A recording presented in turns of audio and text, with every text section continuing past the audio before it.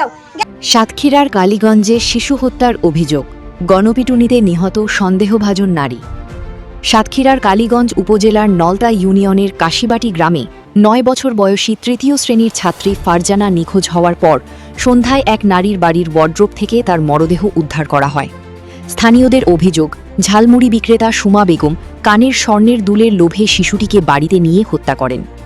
মরদেহ উদ্ধারের পর বিক্ষুব্ধ জনতা সুমা বেগমকে গণপিটুনি দিলে তিনি ঘটনাস্থলেই মারা যান বলে স্থানীয়রা জানান। খবর পেয়ে কালীগঞ্জ থানা পুলিশ ঘটনাস্থলে পৌঁছে পরিস্থিতি নিয়ন্ত্রণে আনে এবং 2 জনের মরদেহ উদ্ধার করে। পুলিশ জানিয়েছে ময়নাতদন্তের প্রস্তুতি চলছে এবং ঘটনার প্রকৃত কারণ উদ্ঘাটনে তদন্ত অব্যাহত রয়েছে।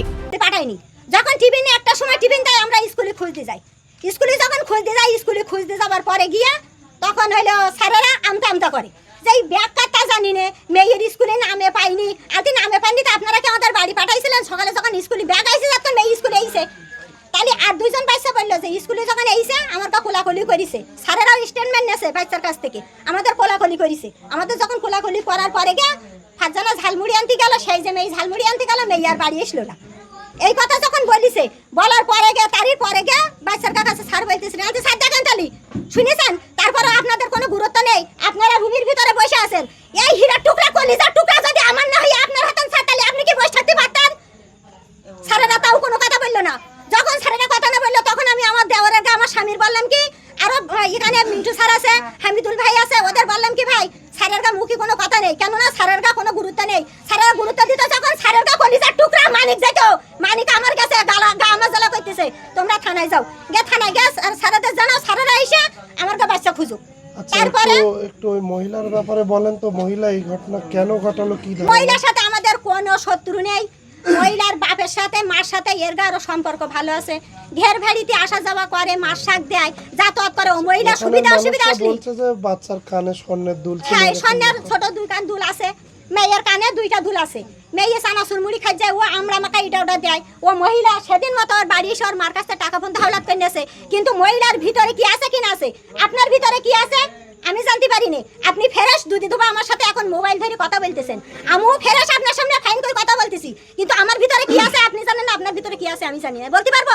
কিন্তু মহিলার ভিতরে কি ছিল আমরা তো জানি না। যখন পুলিশরা আসছে তবু বলেছি যে ওই মহিলা সন্দেহ ছিল। আমি মিন্টু ভাইয়ের কাছে ফোন দিছি, ভাই ওর কাছে ফোন দেন, আমার কিন্তু মহিলার প্রতি সন্দেহ আছে।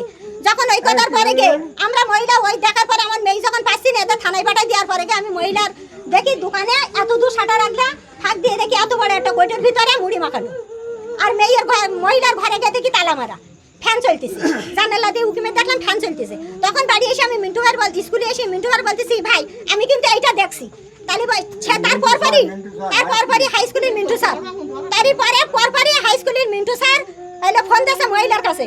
মহিলার কাছে যখন ফোন দিয়েছে, মহিলার আসতে অন্তত 3 ঘন্টা বেরিয়ে গেছে। মহিলার পাশের লোকের কাছে শুনলাম মহিলা যখন গেছে মোটরসাইকেলে আসতে 5 মিনিট সময় লেগেছে, তার মধ্যে অন্তত 5 বার ফোন করেছে সে মোটরসাইকেলের কাছে যে আসতে দেরি করতেছো কেন। মহিলা গেছে লাল পোশাক পরে, মহিলা আসছে অন্য পোশাক পরে, ভিজে হাতে একটা প্যাকেট নিয়ে, তার মানে বলতে চাচ্ছে আমি বিল খাল পার হয়ে আসতেছি, আমি ফেরেশ।